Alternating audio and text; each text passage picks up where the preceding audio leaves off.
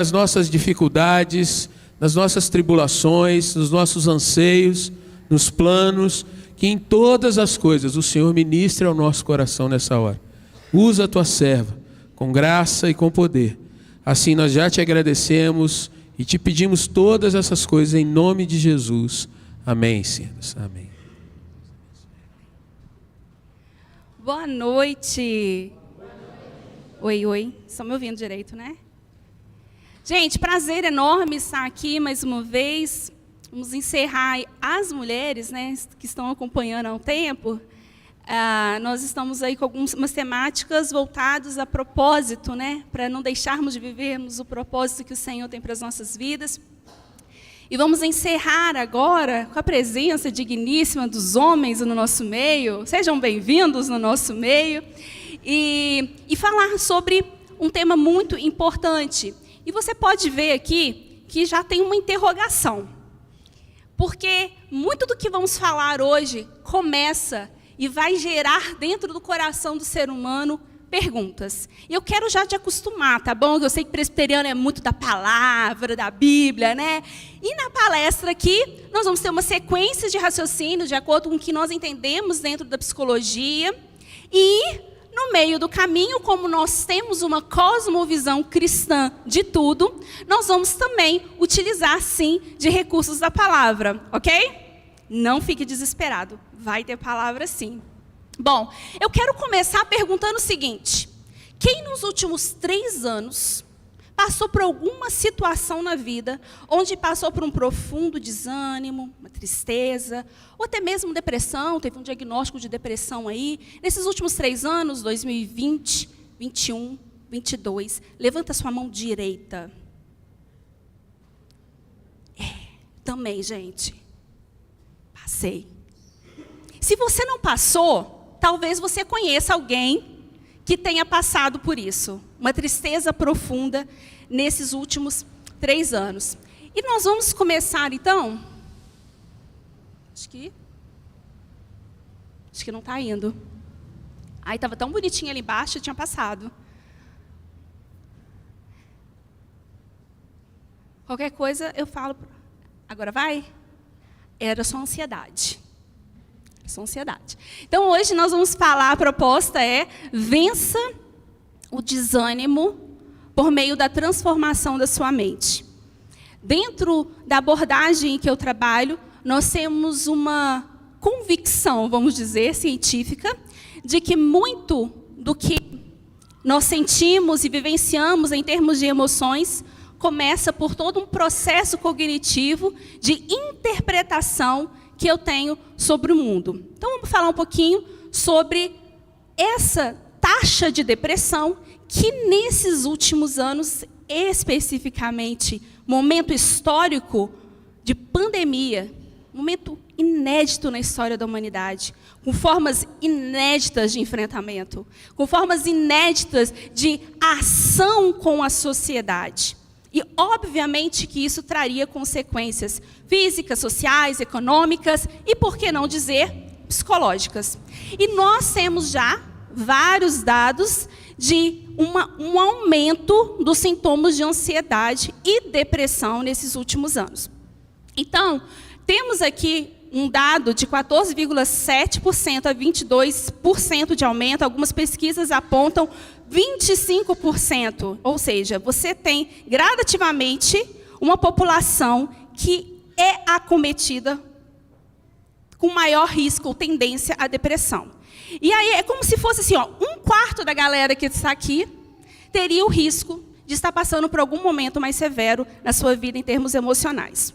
E dentro desse aspecto da pandemia, eu posso colocar para vocês alguns pontos que podem ter sido gatilhos ou iniciadores de alguns processos de adoecimento mental, de desânimo, de tristeza e, por que não dizer, numa curva gradativa dentro dos transtornos de depressão. Um ponto foi o quê? O medo. Alguém aqui ficou com medo? Só eu que fiquei com medo. Ninguém sabia o que era essa doença, ninguém sabia como esse vírus agia. Eu atendi inúmeros médicos e enfermeiros nessa época, e a única coisa que eles falavam comigo é: Fê, o protocolo mudou. Fê, não tem mais como trabalhar daquela forma. Fê, estou desesperado. Os profissionais de saúde sofreram bastante. Muito medo. E quando o ser humano se depara com medo, automaticamente, principalmente quando é um medo de uma situação invisível, eu não consigo controlar, eu não sei onde está esse vírus, ele está atrás, ele está do lado, ele está à direita, ele está no meu vizinho, onde está esse vírus? E quando eu tenho essa sensação psicológica, a minha ação imediata é fugir. Ficar reclusa em mim mesmo. Tamanha paralisia emocional. Esse pode ter sido um dos gatilhos dos processos de depressão. Segundo, e super difícil para várias famílias, eu creio para muitas famílias aqui, assim como a minha, luto. Quantos de nós perdemos entes queridos? Pessoas amadas. E o pior, de uma forma terrível, nós não podemos fazer todo o ritual de passagem, muitas vezes, despedindo dessas pessoas queridas. Então, o luto adentrou muitas famílias. E o desânimo veio como uma bagagem do lado para consolar muitas pessoas. Uma outra coisa que pode ter sido muito gatilho nesses últimos anos foi o nosso afastamento social. Nós nunca compreendemos tanto o quanto precisamos uns dos outros, é verdade? Nós nos curamos, por incrível que pareça, com aquele chato, com aquela pessoa super legal. Com pessoas é que acontece todo o movimento humano no psiquismo para resoluções de problema, para atividade, para estimulação, para criatividade e vários outros segmentos da nossa vida ativa. E nós nos vemos muitas vezes em situações limitadas socialmente dentro dos nossos lares. Mais um gatilho para sintomas emocionais. E pegando uma carruagem aí junto com essa questão, nós tivemos pessoas que estavam jogando debaixo do tapete pendências, problemas. Mas esses problemas vieram à tona na pandemia. Eu trabalho com transição profissional, pessoas que estão em crise na carreira e de repente falam, meu Deus, eu preciso de alguma mudança, alguma transformação, venha para mim. Muitas pessoas, começou uma demanda muito maior, de pessoas que não sabiam que estavam com crise na vida profissional. Então, o que aconteceu nessa pandemia? Coisas que eu estava deixando do lado, família que eu não... marido eu converso com ele depois, a esposa. Essas pessoas começaram a estar mais intimamente presentes, não tinha válvulas de escape, eu não tinha shopping, eu não tinha sorveteria, eu não tinha igreja para congregar. Eu estava 24 horas com essas pessoas e, de repente, o pai fala, meu Deus, que menino que é esse, gente? Não é à toa que a professora mandava bilhete na escola, mas nem te conheço. Os pais não conheciam seus filhos. Adolescente... Imagina, nem sabia que ele existia. Está aqui agora o dia inteiro na minha frente. Descobri que ele fica o dia inteiro no videogame. Descobertas vieram à tona. Pendências emocionais entre casais vieram à tona nesse momento. E tudo que estava descoberto começou a aparecer. Como numa panela de pressão. Então, a gente vai ficando pressionado.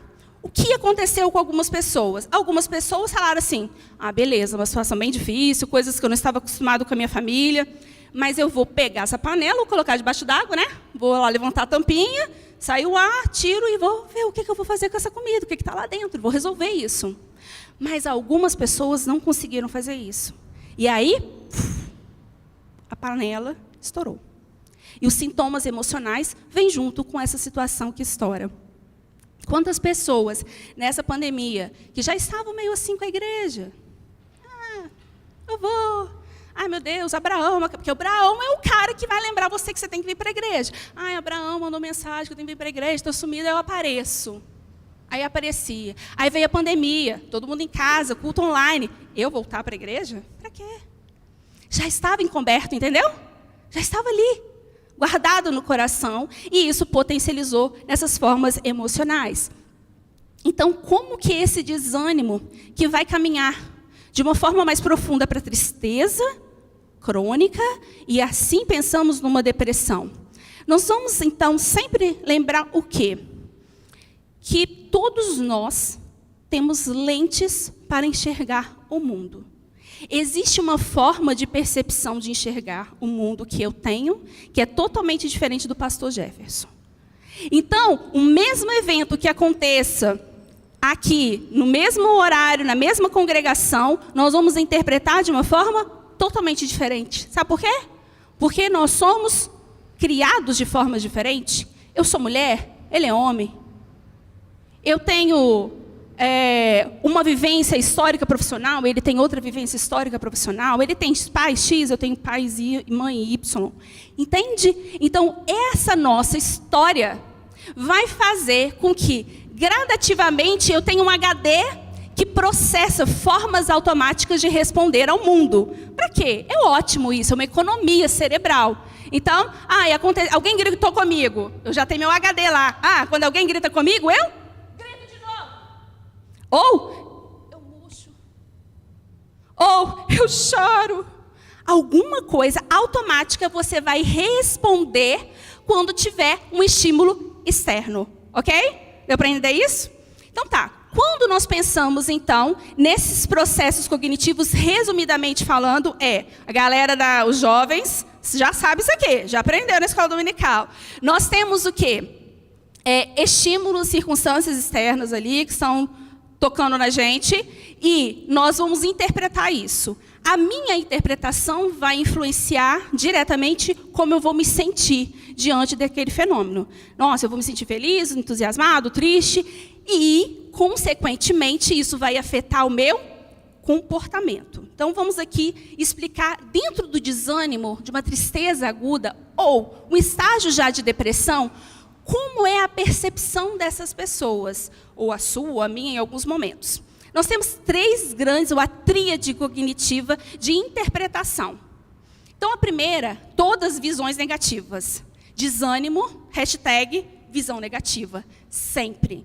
Então, a primeira visão negativa que a pessoa tem é: eu não sou nada, eu sou inadequada, sou chata, sou ruim, sou fraca. São pensamentos constantes que vêm nessa pessoa de limitação, de não conseguir alcançar algo. Então, há uma visão totalmente turva, que eu falo que é como a pessoa começa a bugar. E ela já não consegue mais enxergar quem ela é de fato. Então, essa é a primeira alteração de percepção. Eu começo a caminhar na minha vida e eu começo, de repente, a falar: não vou conseguir fazer essa venda hoje, não. Eu vou passar para o Carlos, porque o Carlos ele é muito melhor do que eu. Ele sabe articular melhor com gente rica. Eu não consigo fazer. E começa, assim, procrastinações acontecendo na vida da pessoa. Ou seja, visões na vida dessa pessoa, em termos de experiências, uma pequena gotinha vai virar uma grande tempestade emocional para essa pessoa. Então, vamos supor o seguinte: eu estou com essa visão extremamente negativa. Eu sou uma pessoa sozinha na vida, ninguém me ama, ninguém me quer. Eu estou fazendo uma dramatização aqui, mas esse negócio dói, não dói? Quem já viveu sabe que o negócio dói. Eu sou meio debochada, mas aqui o negócio é sério. E aí eu comecei, e vou ligar para o meu irmão, por exemplo. Falei: oi, Diogo, eu estou precisando te falar, você resolveu alguma coisa? E aí ele fala assim: Fê, daqui a pouco eu falo com você, não posso falar com você agora. Pá, desliga minha cara. E aí eu já tenho ativado, eu já estou ativado no modo visão negativa. Tá vendo? Só confirma. Visão negativa da experiência. Eu já afirmei que ele não me ama, que eu estou fadada a ficar sozinha nessa existência humana. Ok, Deus, pode me levar, para que serve viver assim? Ou seja, como a gente vai ver daqui a pouquinho, um dos sintomas de uma visão pessimista é não conseguir ver leques de possibilidades. É tudo ou nada. Ou seja, eu poderia muito bem falar: não, calma, Fernanda, eu sei que você está pensando assim, você está com uma tendência extremamente negativa, mas qual é, ou quais são as possibilidades que pode ter acontecido? Ele foi salvar a Grazi estava caindo na piscina, morrendo afogada. Ok, Grazi é a filha dele. Ele estava fechando com um vendedor na hora, estava com pressa. Ele estava no carro, não pode falar no carro dirigindo. Dirigindo, falando no telefone. Então, eu vou criar outras respostas que não seja a minha crença, que já vai começando uma estratégia de enfrentamento, para quebrar o meu padrão negativo. E, portanto, nós vamos ter uma visão também negativa em relação ao futuro. Veja que vai criando uma sequência a longo prazo desse impacto de visão negativa e de um estado de desânimo que começa a ficar mais prolongado na nossa vida. Não vai dar nada. Isso dá para quê, gente? Ai, que mundo horrível esse nosso, povo morrendo. Não, ai. Eu tive um cliente esses dias que ele falou para mim, Fernanda, eu não sei o que eu estou fazendo aqui, a vida é tão ruim, né? Para quê? Para que eu vou fazer outra residência? Não tem sentido. Sabe como que é? Então, a projeção do futuro vai ficando totalmente confusa. E eu quero fazer um alerta, já que estamos aqui numa palestra onde temos homens. As mulheres têm uma facilidade maior de verbalizarem quando estão tristes. Eu estou esquisito, estou angustiada. Nós meio que somos treinadas a fazer isso ao longo da vida, ou nos é permitido fazer isso ao longo da vida. Os homens não. Os homens têm uma dificuldade muito grande, num primeiro momento, de definir e de assumir que a emoção mais presente na vida deles se chama tristeza, desânimo. Vou dar um exemplo para você. Imagina um homem de uns 40 e poucos anos que chega para o atendimento e ele fala assim, olha, a gente vai traçando metas, e ele fala assim, olha, a minha meta é que eu quero resolver, eu quero separar da minha mulher, mas eu quero resolver da melhor forma possível, sem traumatizar meus filhos. Bom, sua meta é o que você quer, vamos trabalhar em cima disso. Só que nós precisamos entender como está o processo mental, cognitivo desse homem, ok? Você está sentindo alguma coisa, alguma alteração emocional? Não, eu só quero separar. Cansado. Tá bom. E aí, no percurso do acompanhamento, começam frases assim, eu não consegui fazer a entrega do relatório, não. Mas assim, comigo as coisas assim, eu sou meio azarado, né? As coisas não estão dando muito certo, não. Nossa, meus filhos, olha, eu prefiro 1000 vezes que a minha mulher cuide dos meus filhos. Porque eu sinto que quando eu mexo lá, eu bagunço tudo, então eu prefiro que ela mexa. Opa, mas está acontecendo alguma coisa aí. Que monte de pensamento é esse? Que monte de distorção? Não, a minha mulher, ela merece ser muito feliz. E eu acho que eu sou fraco demais para atingir as necessidades dela. Eu não sou tão bom o suficiente. E ali você vai pescando, então, formas de interpretação que esse homem está, que na verdade está gerando sensações de desânimo, tristeza. E lembra que eu falei? A primeira coisa, a pessoa começa a questionar suas ações, sua vida. E aí ele faz um afastamento emocional daquilo, achando que se ele separar, a dor vai passar. O problema já está solucionado. Mas, na verdade, o problema dele não era a esposa, não eram os filhos. Era a forma com a qual ele estava se vendo em relação à sua esposa, em relação aos seus filhos, em relação ao seu trabalho. Ok? Estão comigo aqui? Então tá. Então aí, o que isso tudo vai gerar esse estado emocional? Vão ter mudanças na vida da pessoa por conta dessa lente, por conta dessa percepção. Essa pessoa ela não se sente mais motivada para fazer as suas atividades. Essa pessoa começa a ter um aumento de dependência de outros, uma vez que eu interpreto que eu não faço nada legal, que as coisas que eu toco ficam todas ruins, obviamente que eu vou terceirizar essa atividade. É muito comum em algumas mulheres você começar a ver essa mulher meio que deixar de lado a criança, mas não é uma negligência com a criança, é uma sensação que essa mãe tem de que não está mais apta o suficiente para cuidar dessa criança. E aí, às vezes, é a babá, é alguém que ajuda na casa, que faz, meu marido faz muito melhor do que eu. Mas não era assim antes? Por que começou a pensar assim agora? O que será que despertou esse tipo de raciocínio? Muita dificuldade de decisão, autocrítica exagerada, como eu falei, uma pequena situação, a pessoa vai pegando um chicotinho e vai se autoflagelando. E aqui eu quero fazer um parêntese, tá? Nós sabemos, nós temos uma cosmovisão cristã, somos do reino e entendemos que a nossa natureza é totalmente caída. Não somos perfeitos.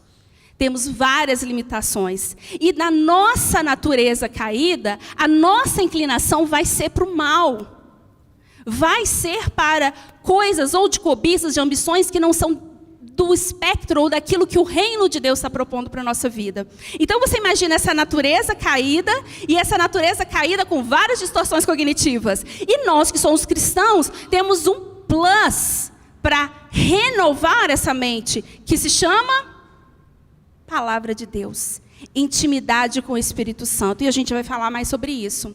E ali, a autocrítica, eu não vou ser uma pessoa que vou me criticar, porque uma coisa é eu confessar meu pecado para Deus. Outra coisa é, tá vendo? Eu sou ruim.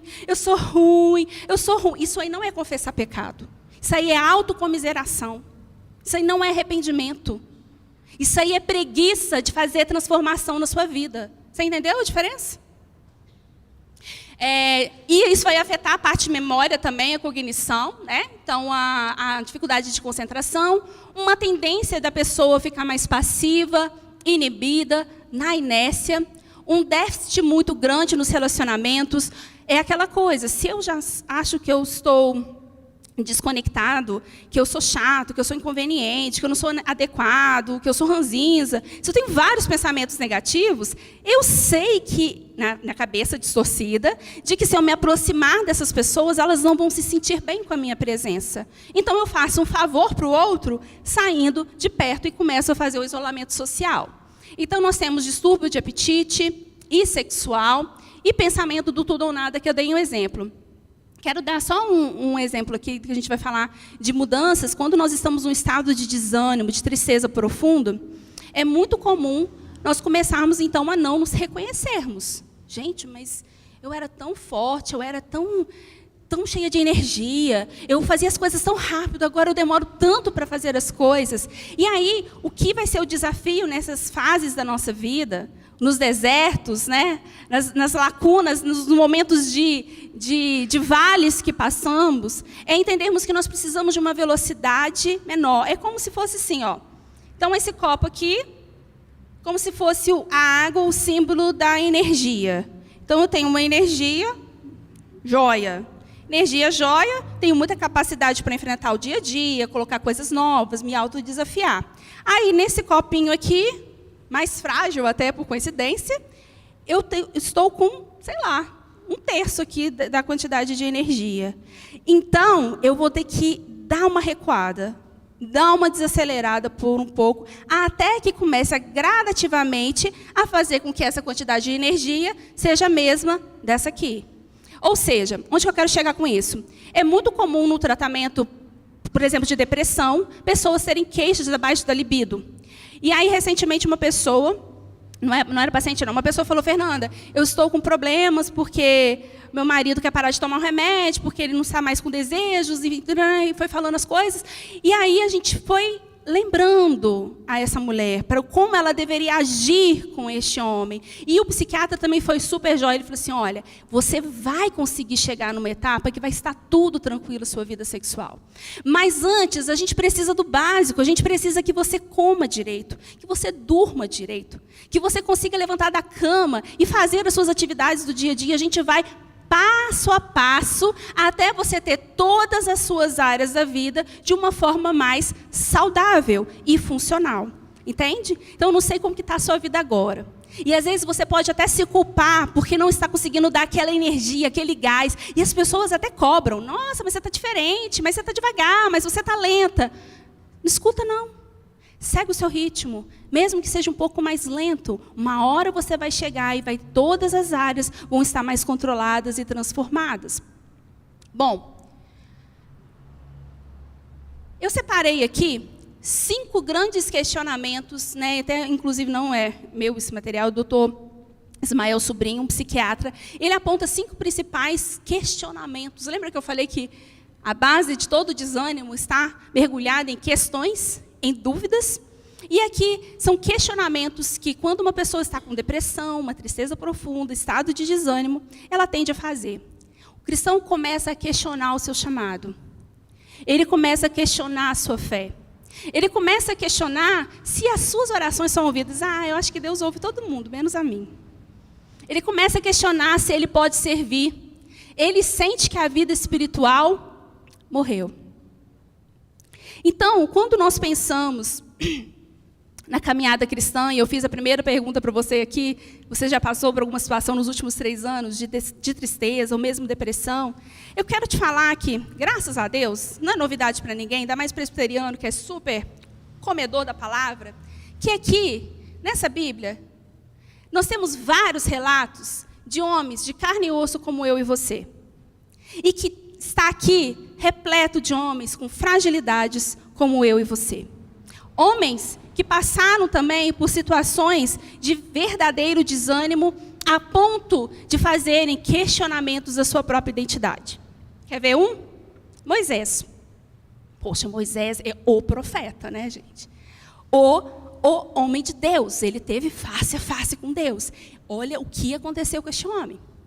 Chega um momento que o povo, para variar, começa a reclamar, porque a gente é desses, né? A gente adora reclamar, crente reclama. E começa a reclamar porque eu comia pepino, eu comia cebola, eu comia muito melhor lá no Egito. O que a gente está fazendo aqui? Você trouxe a gente para cá para a gente morrer de fome? Ou ficar só comendo pão, pão, pão? A gente está cansado disso. E começaram a turbinar a cabeça de Moisés. A ponto de Moisés vai jogar toda a lamúria dele, todos os questionamentos dele, no colo de Deus também. Ô Deus, quer saber de uma coisa? Na verdade, para que o Senhor me colocou aqui para ficar guiando esse povo? Era muito melhor ter ficado quieto. Olha a responsabilidade, olha o peso que está nas minhas costas, Deus. E ele começa a questionar o chamado dele, a missão dele. Ele esqueceu, bugou, lembra que eu falei? Quando vem o desânimo, vem apagão mental. Ele esqueceu que ele atravessou o Mar Vermelho. Ele esqueceu das 10 pragas. Ele esqueceu de tudo. Porque quando o desânimo bate na nossa porta, nós ficamos cegos, espiritualmente, emocionalmente, comportamentalmente falando. Nós vemos também profetas, olha só. O que aconteceu com Jeremias? Maldito o dia em que eu nasci. O dia em que minha mãe me gerou. Não sou abençoado. Maldito seja o dia que eu nasci. Deu bom, hein? Aí, nós temos Jó. Pereço o dia em que nasci. Uma coisa com o negócio de nascimento, né, do povo, de Deus, é assim mesmo. Culpa lá a mãe e o pai. E a noite em que te disse, foi concebido o homem. Maldito seja o dia. Ó, desespero, desânimo. Vai gerar uma reação, onde eu começo a ter até mesmo conflitos com Deus, Criador de todas as coisas, com Deus que eu estou cantando, seu trovão e o mar, eu sei que o Senhor está aqui me salvando, Deus, eu vou andar pelas águas, aí dá 5 minutos, meu Deus, descobri que eu estou desempregado, está vendo, está tudo ruim na minha vida. Opa, peraí, calma, deixa eu te falar uma coisa, quantos anos você tem? 35, então, 35 anos. Até aqui, o que te faltou na sua vida, João? Não faltou nada, mas eu estou desesperada. Não, João, volta, João. O que faltou na sua vida nesses 35 anos? Aí, o que você acha que vai faltar na sua vida daqui os próximos 35? Aí, a gente começa a fazer uma reprogramação de rota. Porque se deixar, a nossa tendência humana é mergulhar no desânimo, porque é muito mais cômodo, é muito mais econômico em termos de tempo, vamos dizer assim. Bom, e aí, quantos papais e mamães aqui?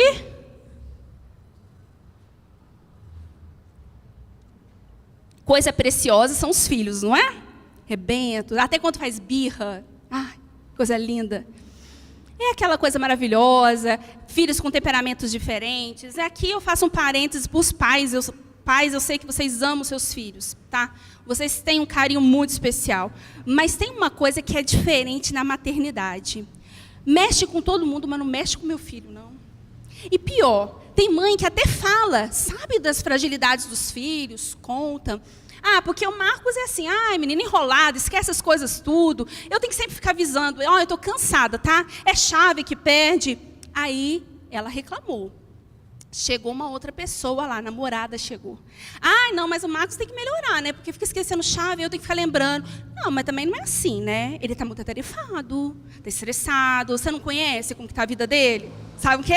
Coração de mãe já dói, já sente, já entra a leoa, a ursa lá para defender.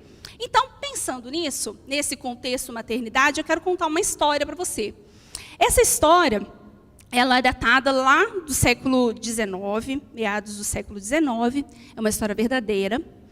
E uma criança, um dia, voltando da escola, recebe um bilhete, e o professor manda esse bilhete para a mãe, fala, entrega para sua mãe esse bilhete. E aí a mãe vai, recebe o bilhete, e bilhete, uma das coisas que vai colocar ali é que o cérebro da criança é oco, que ele é incapaz de aprender. Mãe, cuidado aí. Esse seu filho aí, ele não é capaz de aprender, ele não tem condições de aprender. Inclusive, eu quero te falar que eu não quero que ele mais venha à aula, não, tá? Eu quero que você deixe ele em casa. Não tem sentido ficar vindo para a aula, não. Na hora que essa mãe recebe esse bilhete, ela fica extremamente desanimada, triste. Como que eu sei que ela ficou extremamente triste? Porque uma das respostas fisiológicas da tristeza são lágrimas que jorram. E na mesma hora, o olho dela foi enchendo de lágrimas. E aquele pequeno ser, aquele sonho de vida, aquela criança maravilhosa que foi gerada, alguém está dizendo para ela que esse filho tem uma cabeça oca, tem um cérebro, não vai aprender nada. Ele não tem condições de continuar. Só que essa mulher, ela vai chegar para um estágio que vai ser muito importante para o enfrentamento do desânimo, que se chama posicionamento. Como eu me posiciono diante das circunstâncias adversas ou falas adversas sobre quem eu sou, ou até mesmo sobre pessoas da minha casa. E essa mulher, eu imagino assim, cara, a velocidade cognitiva dela de falar, opa, peraí, eu sou professora. E aí ela vira sabiamente para o seu filho, fala, mamãe, o que foi? O que está escrito? Fala assim, meu filho, você é muito inteligente, você é tão inteligente que o professor falou que os coleguinhas não têm como te acompanhar. Parafraseando a resposta, tá? Os colegas não vão ter como te acompanhar na sala, então você não vai na escola mais e é a mamãe que vai te ensinar agora. Você é um gênio. Essa mãe, que poderia ter entrado num pane, no desespero geral, ela teve uma resposta automática que veio a mudar a vida de Thomas Edison. Um verdadeiro gênio. Nós vemos o quê? Que a classificação de disperso, confuso, com dificuldade de aprendizagem, foi profetizado e declarado na vida dele. Você é um gênio. E ele recebeu essa informação. Todo o padrão mental e cognitivo daquela mãe, de que aquele filho era deficiente, foi para as cucuias. E aquela mulher enxergou o filho com um potencial gigantesco. Quando nós vemos, então, essa caminhada, nós sabemos como dessa história. Ele conta que, após o falecimento da mãe, foi mexendo nas coisas dela, achou um bilhetinho com um bilhete do professor, o recado do professor. E naquele momento, então, ele entende que ele saiu de filho confuso, com problemas, e ele escreveu um bilhete para ele mesmo. Thomas Edison era uma criança confusa, mas graças a uma mãe heroína e dedicada, tornou-se o gênio do século. Posicionamento. Direção de mente para resolução, como nós até falamos na nossa palestra anterior. E ele não somente criou, né, a lâmpada incandescente, mas mais de 1000 invenções, inclusive aqui, para a gente zoar um pouquinho do Brasil, né, ele foi o primeiro a criar o voto com contagem eletrônica. Culpa do BO agora? Thomas Edison, tá bom? Só quero te dizer isso, mas vamos voltar para a seriedade do nosso papo. Bom, então, posicionamento vai fazer toda a diferença na vida do cristão. E na vida de quem quer sair de uma constante caminhada em desânimo, em tristeza, para uma nova etapa, falando, ok, essa é uma fase, as coisas vão acontecer, e Deus, quando fala assim, quando a palavra fala que o Senhor não vai dar nada além das nossas forças, não é mentira isso. Essa mulher, ela tinha a educação, ela era professora. Ele foi rejeitado da escola tradicional, mas ela tinha as ferramentas, entende? E ela usou essas ferramentas. Vamos ver aqui mais ferramentas. Agora, vamos virar crente de verdade e vamos abrir a Bíblia em Números 13. E vamos ler alguns versículos aqui.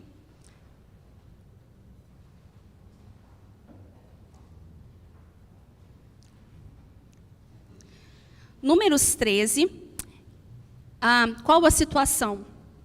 Moisés começa a separar de cada tribo um representante, um espia, para poder ir conhecer, cercar a terra prometida. e deu alguns critérios de avaliação. Olha, veja se o povo é forte, se o povo é fraco, se é pouco, se é muito, se a cidade é sitiada, se eles são mais dispersos. Veja se realmente é uma terra frutífera, como é a terra. Foi dando alguns quesitos para eles avaliarem. Lá no versículo 27, vamos lá, lendo aqui essa parte. No versículo 27, eles falam assim, eles chegaram, passaram 40 dias fazendo avaliação, espiando a terra, relataram a Moisés e disseram, fomos à terra a que nos enviaste, e verdadeiramente mana leite e mel. Este é o fruto dela. Ou seja, um dos quesitos que você falou, é verdade, ótimo, maravilha. Só que, porém, entretanto, que habita nessa terra é poderoso. As cidades muito grandes e fortificadas. E também vimos os filhos de Anak. Então, ou seja, era um povo muito grande, um povo alto, um povo esbelto, um povo forte. Então, aqueles espias começam a descrever o evento numa forma de limitação, fraqueza, dificuldade. Não temos condições de passar para essa nova terra. E aí, no versículo 30, Caleb entra no meio da conversa e ele fala, fez calar o povo perante Moisés e disse, eia, subamos e possuamos a terra, porque certamente prevaleceremos contra ela. Então, automaticamente, ele entrou no discurso. Aí vocês acham que as coisas melhoraram? O povo, uhul, a gente vai entrar na terra. Não, porque o pessimismo contagia infinitamente mais do que uma visão otimista da vida. Então, preste atenção com quem você está andando. Preste atenção no que tem saído da sua boca, porque isso vai contaminar muitas pessoas. E aí, chega no nosso tema aqui de hoje. Qual foi a consequência? 14:1. Vamos lá. Levantou-se, pois, toda a congregação e gritou em voz alta. E o povo chorou aquela noite. Choro é consequência fisiológica de tristeza, desânimo. Ai, como eu sou fraca. Ai, como eu não sou capaz de vencer essa dificuldade, meu Deus. E assim, você vê que através de um estímulo, de uma frase, de uma interpretação de 10 espias, você contaminou todo um povo. E ali, a palavra fala que Moisés rasga suas vestes e o povo começa a se humilhar, a se quebrantar, mas o clima forte de desânimo. E o próprio Josué e Caleb também entram nesse estado, se prostram diante de Deus. Mas a coisa mais maravilhosa é que eles mantêm a própria linha de raciocínio que eles estavam antes. Lá no versículo 7, falaram a toda a congregação dos filhos de Israel, dizendo, a terra pelo meio da qual passamos a espiar é terra muitíssimo boa. Se o Senhor se agradar de nós, então nos fará entrar nessa terra e nos dará terra que emana leite e mel. Então ele reafirma, pessoal, Deus vai, se Deus está no controle disso, Ele vai fazer com que as portas se abram. E muitas vezes é nessa situação que nós nos encontramos. Nós nos encontramos na zona do improvável, naquilo que eu não consigo controlar.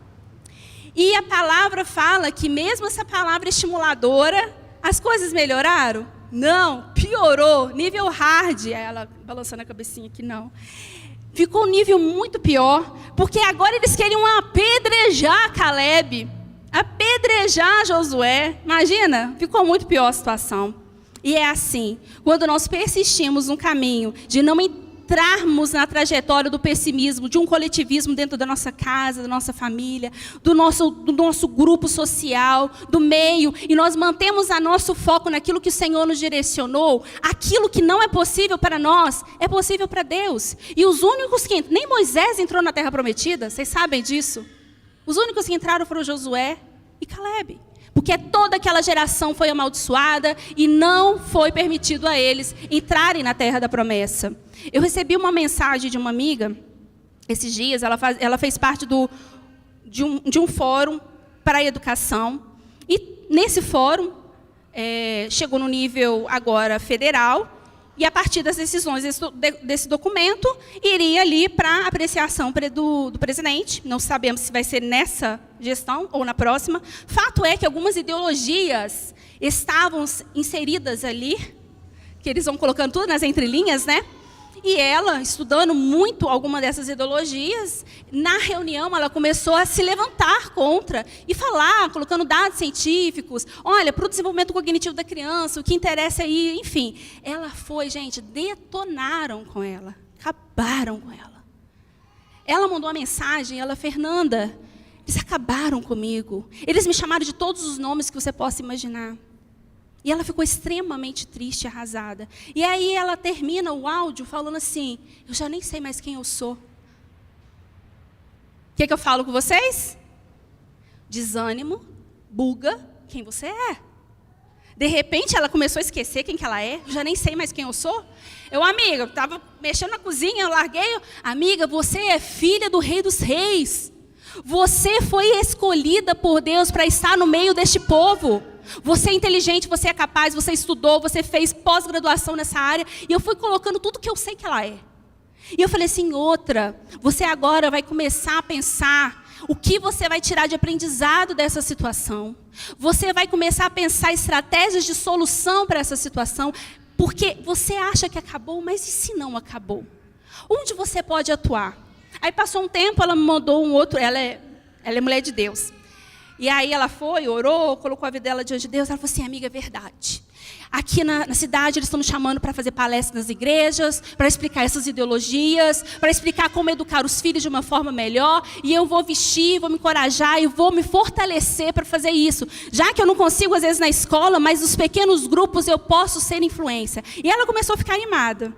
E assim a gente começou a fazer alguns movimentos, galera que mora em Brasília, que a gente tem contato, para ver se conseguia mexer com alguma coisa. Mas enfim, vamos descansar. Quando foi ontem, ela me manda uma mensagem falando, Fê, Deus operou o milagre. Eu não sei o que aconteceu, porque só ela que se manifestou contra. Tinham dezenas de representantes lá. Eu não sei o que aconteceu, mas não tem uma citação das ideologias no texto final. Seria para 10 anos, gente, essa praga. 10 anos.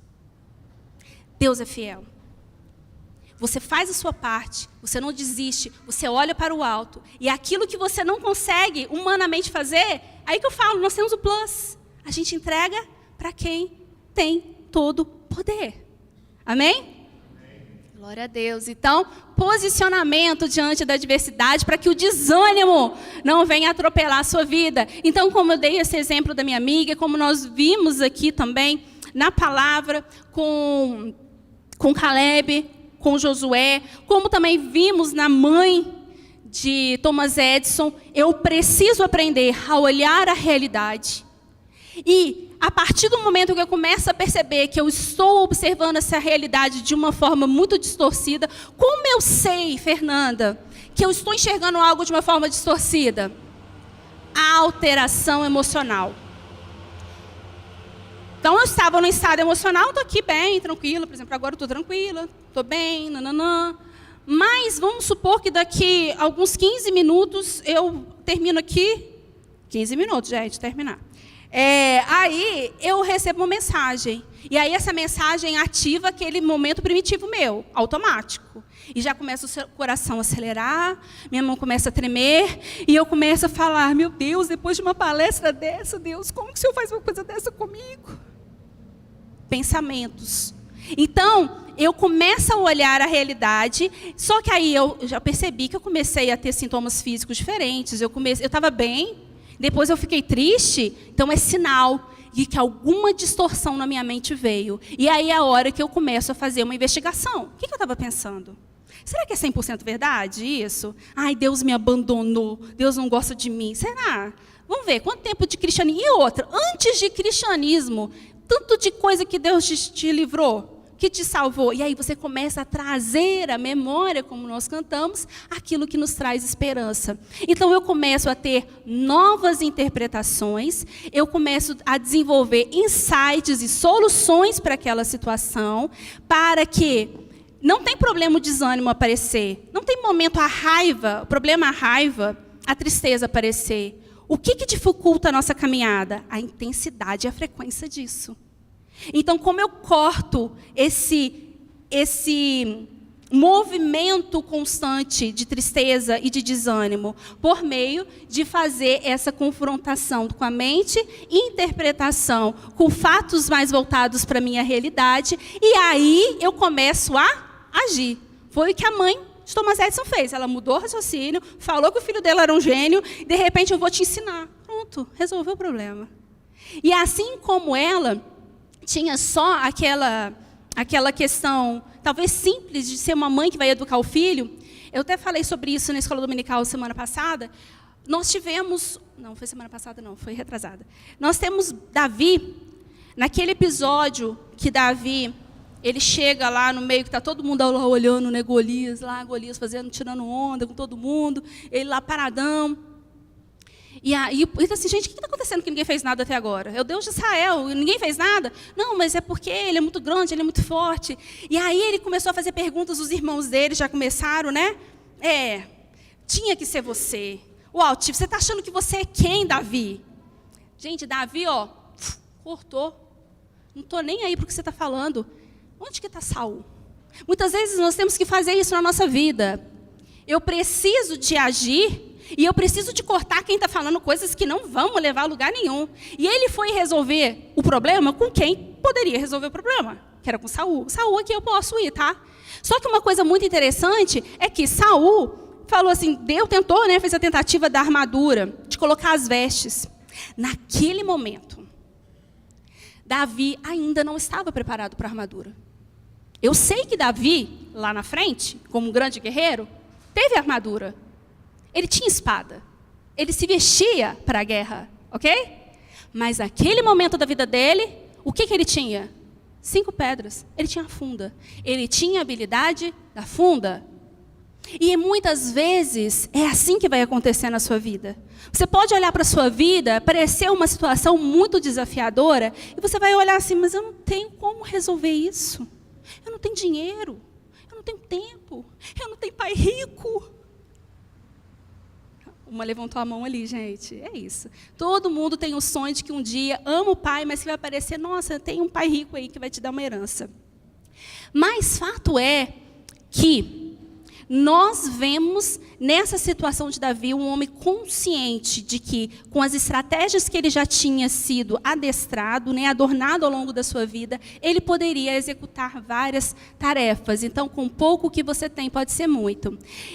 Nós vamos, então, aqui para finalizar, mais algumas estratégias, inclusive a Fran, o maridão dela, vai passar aqui para dar uma lembrancinha para você, que é para você não esquecer dessa palestra. A Igreja Presbiteriana está ofertando para você essa lembrança, e é um post-it. Eu vou te explicar como que você pode estar usando o seu post-it para o enfrentamento aí do desânimo em algumas situações. Bom, então a primeira estratégia aí que nós temos falado aqui ao longo desse período é a estratégia de você combater as fake news. Então, muitas vezes, como nós habitamos dentro da gente mesmo, a gente acredita 100% nas coisas que aparecem na nossa cabeça. Eu tenho certeza que ela não vai com a minha cara, ela nem me cumprimenta. Você tem certeza, meu bem? Tenho. Como? Ela já te falou? Ela contou alguma coisa para você? Você já tentou conversar com ela, sabe? Então você começa a não ser tão bondosa com seus pensamentos. Você começa a questionar, nossa, o fulano recebeu um crescimento no trabalho, marcaram um churrasco, eu não vou no churrasco, por quê? Meus colegas vão começar a achar que eu não consigo crescer, não desenvolver, só eles que crescem, deixa eu ficar em casa. O povo quer fazer churrasco, quer falar que o Brasil perdeu. O Brasil perdeu, né, gente? Beleza, desânimo. É hoje a palestra, né? O Brasil perdeu. Perdeu do Camarões, gente. É surreal, é isso. Mas aí a humildade vai... Eu espero que eles usem as estratégias do desânimo aqui para o próximo jogo. Enfim, eu começo, então, a usar estratégias de duvidar dos meus pensamentos. Pode ser que eu chegue à conclusão de que eles são verdadeiros, mas eu também posso chegar à conclusão de que eles são mentirosos. E, parêntese aqui, tá? Quando é um quadro de depressão muito profunda, Não deixe de procurar um profissional da área. Vá procurar um psiquiatra, vai procurar um psicólogo, vai procurar uma terapia. Por quê? Porque Deus capacita o ser humano. Graças a Deus, hoje as pessoas que têm algum problema cardíaco, Deus capacitou a medicina para que você coloque uma ponte de safena, para que você coloque um stent, você faça alguma coisa. E você possa viver uma vida melhor fisicamente. Deus também capacitou pessoas para cuidado da sua saúde mental. Uma outra questão que é muito importante quando nós estamos no estado de desânimo profundo e tristeza, como eu já falei no início também, é nos culparmos e nos sentirmos muito maus perante Deus, perante as pessoas. Ai, pastor Jefferson, o negócio é o seguinte, estava tão bom aqui, eu estava servindo, mas eu estou sentindo que é o momento de passar o ministério para alguém. Não dá, mas por quê? Não, Às vezes a pessoa está com depressão. Às vezes a pessoa ela está com tristeza. E ela começou a ver que ela não é mais capaz de fazer alguma coisa. Ou que ela não executa mais o ministério na velocidade que ela executava antes. Mas como eu posso resolver isso, Fernanda, sem abandonar? Eu posso fazer uma outra pergunta para o pastor Jefferson. Pastor Jefferson, tem alguém que, junto com esse ministério, pode estar junto comigo, caminhando? Eu não estou conseguindo mais fazer isso tudo sozinho, eu preciso de alguém junto, entende? Então, eu começo a ter consciência e ser humilde o suficiente de que eu preciso diminuir o ritmo para chegar de novo no copo cheio, como nós colocamos. Então, faça devagar, não se culpe, use, nós que somos cristãos, a disciplina espiritual. Então, como você pode usar, por exemplo, esse post-it? Você pode pegar um texto da palavra de Deus, a Fran deu essa ideia, né? Está um dia mal, um dia triste, aquele dia difícil, foi difícil de levantar da cama. Você pode colocar esse post-it aí no seu espelho. Você pode colocar o post-it no volante do seu carro, quando dá o sinal parar, você vai lendo aquilo. Você pode usar estratégias cognitivas, onde você vai começar a criar um fluxo de raciocínio diferente do padrão de fluxo negativo. Uma outra estratégia que você pode usar o seu post-it é você que está com desânimo, com dificuldade de fazer atividades mínimas do seu dia a dia, a colocar ali, por exemplo, durante o período da manhã eu vou fazer 3 atividades. Aí você coloca 9 horas eu vou fazer isso, 10h30 aquilo, nananã. E aqui um parêntese, não precisa de que você vai completar toda a atividade. Só de você ter começado algo, já é uma mensagem para o seu cérebro de que você não é incapaz. Entende? Você está reorganizando a sua rota mental para que os seus comportamentos comecem a ser mais assertivos e diretos. Vamos supor que você marcou de ir para a academia 3 horas. Ai, Fernanda, mas eu só consegui ficar 15 minutos, eu não consegui ficar 40. Você mandou muito bem. Você foi para a academia. Você fez 15 minutos de academia. Seja grato. Gratidão é uma das melhores estratégias para vencer o desânimo e a tristeza. Você lembrar das coisas que você teve e conquistou no dia. Mas cuidado, porque o pensamento distorcido vai querer te dar uma rasteira. Você começa a falar assim. Vamos imaginar aquele primeiro caso do marido que eu falei? Então o marido começa a agradecer. Ai, que bom que eu tenho essa mulher, eu tenho minha casa, eu tenho os meus filhos. Aí logo vem uma distorção. Mas é por isso que você não é tão bom para ela, né? Mas se você não consegue se doar tanto assim. Você acha que ela merece ficar com um homem desse jeito? E ali, gente, é uma guerra interna, totalmente, e às vezes até dados inflamados do inimigo, não estou entrando nessa seara aí, né? Mas existe uma constante guerra que 24 horas nós estamos travando na nossa mente. E nós precisamos de ter consciência dessas guerras, porque muitas vezes a gente vai no fluxo só de sentir emoção e não para compreender onde está a distorção, tá bom? E aí, então, a dica das mensagens bíblicas que nós colocamos e as demais estratégias que eu pontuei aqui. Então, para nós finalizarmos, as emoções são armas para o equilíbrio humano. Contudo, não permita que elas dominem a sua vida. Como ser pensante e dotado da dádiva celestial, use a reprogramação mental para direcionar a mente naquilo que o Senhor tem para a sua vida. Tudo tudo que precisa de estar de forma saudável na nossa mente, já foi colocado aqui, ó. Todas as coisas estão na palavra. Todas as coisas o Senhor já nos concedeu. E melhor, antes de você nascer, quando o Senhor estava desenhando no ventre da sua mãe, o Senhor já tinha a resposta para todos os seus desânimos. E mais uma coisa, Deus não se assusta com seus momentos de crise. Deus não fica, meu Deus, olha só Maria está desanimada, triste, anjos celestiais, o que vamos fazer? Não, gente. Ah lá, humano, né? Como que ela vai me pedir? Ela vai pedir em oração. Vai lá então, vai Espírito Santo, vai, começa a agir. Tranquilo.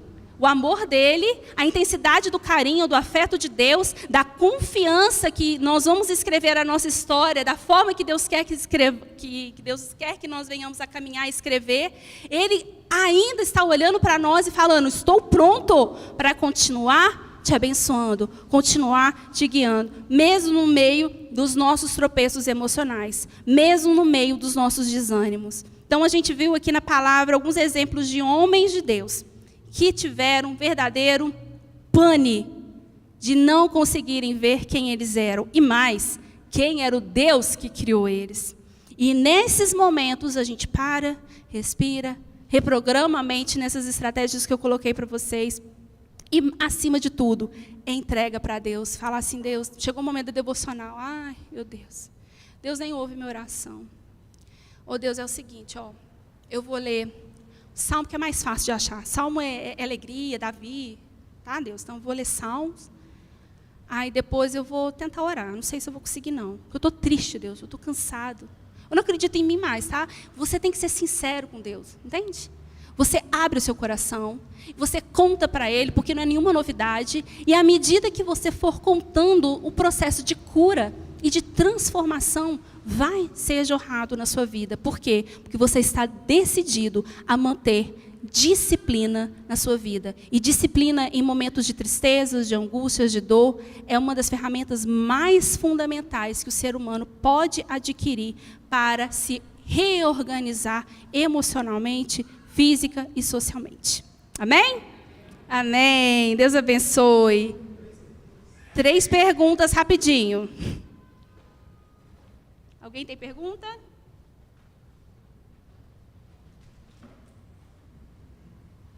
Não?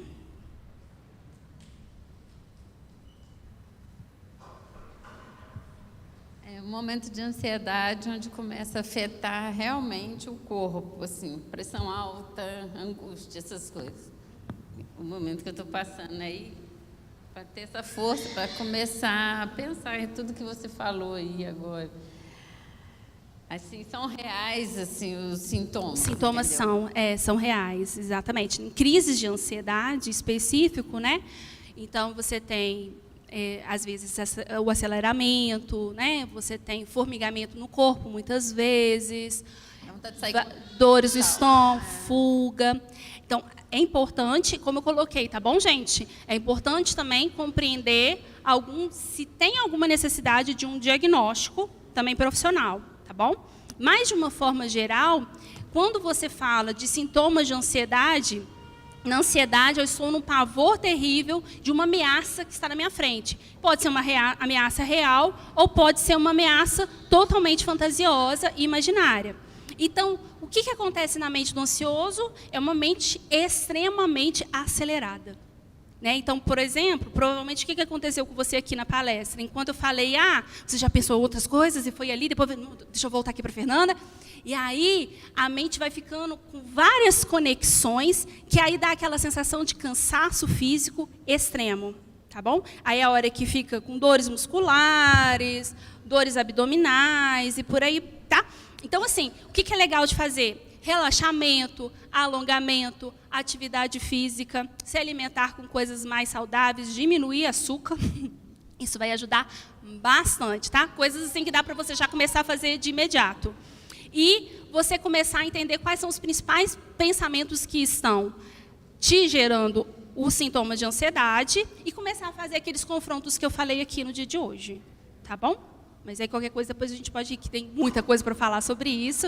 E obrigada pela confiança e a transparência aqui nesse momento, tá bom? Mas Deus abençoe.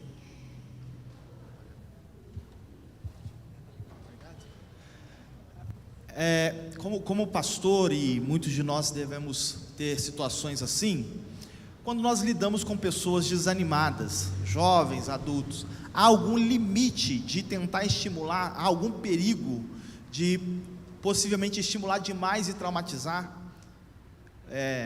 Não sei se ficou clara a pergunta. Não entendi. Sim, até onde eu posso ir, né? Com essa pessoa, lidar com essa pessoa. Geralmente, elas mesmas já dão um limite, porque elas se afastam. Né? Então, já existe esse movimento do afastamento. O que pode acontecer é a transparência no diálogo, por exemplo. Então, você já percebeu que a pessoa ela está passando por um quadro ou de depressão, de tristeza, esses sintomas mais rebaixados no humor, e você vai trabalhar com a transparência com ela. Olha, eu estou percebendo que você não está legal, você não está bem. Então, vamos fazer um trato com a nossa conversa? Nós vamos ter partes da nossa conversa, das nossas trocas, que vão falar da sua dor, o que está acontecendo, na medida que você se sentir seguro de falar comigo. E uma parte, a gente vai falar de Camarões e Brasil, a gente vai falar da sua sogra, a gente vai falar de outras coisas. Por que é importante você fazer isso? Porque tem algumas pessoas que se afastam e não falam nada, e tem outras que falam pouco, mas só falam negativo, só falam da sua desistência da vida, só falam das coisas ruins, de como o governo é horrível, de como o mundo está terrível.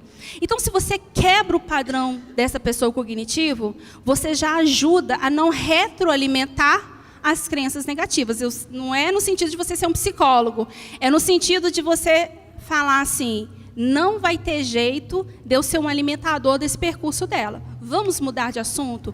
Então, entendam, uma escuta inicial da dor, mas não permita que a conversa, vamos imaginar uma conversa 100% seja falando da dor, da tristeza, da depressão, da família que é ruim. Eu pego ali 30% escutando e 70% eu vou usando estratégias para conversa com essa pessoa. O que eu sei, quando às vezes é uma pessoa com depressão, como o outro recebe, o outro começa a ter, pode reparar, você começa a ficar meio automaticamente cansado. Você boceja. É pesado ficar escutando constantemente. Então, preste atenção também como está o seu corpo com essa outra pessoa. Porque essa pessoa, ela hipervaloriza os sinais. Lembra que eu falei? Então, a qualquer... Está vendo? Sabia que eu não tinha que vir aqui no gabinete conversar com o pastor? A cara dele para mim. Como que você confronta essa pessoa? Você diz assim, olha, eu percebi que você estava falando uma coisa comigo, de repente você parou. O que aconteceu? O que mudou? Deixa eu entender o que estava